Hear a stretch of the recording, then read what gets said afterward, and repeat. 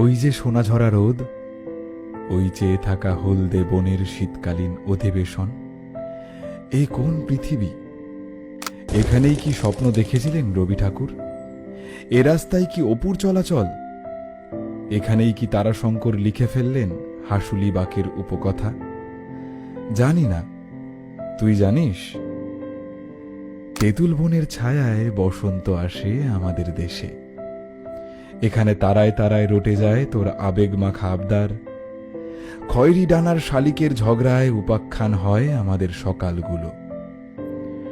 নভেম্বরের খড়ের গাদায় হাসমুখ ছেলের দল ঝাঁপ দেয় দুপুর হলেই। এই ভুবনডাঙ্গার প্রথম শীতে কিংবা গ্রীষ্ম শেষের বিকেল বেলায় দেখবি আমার সাথে আরো একবার রাজহাঁসের দল।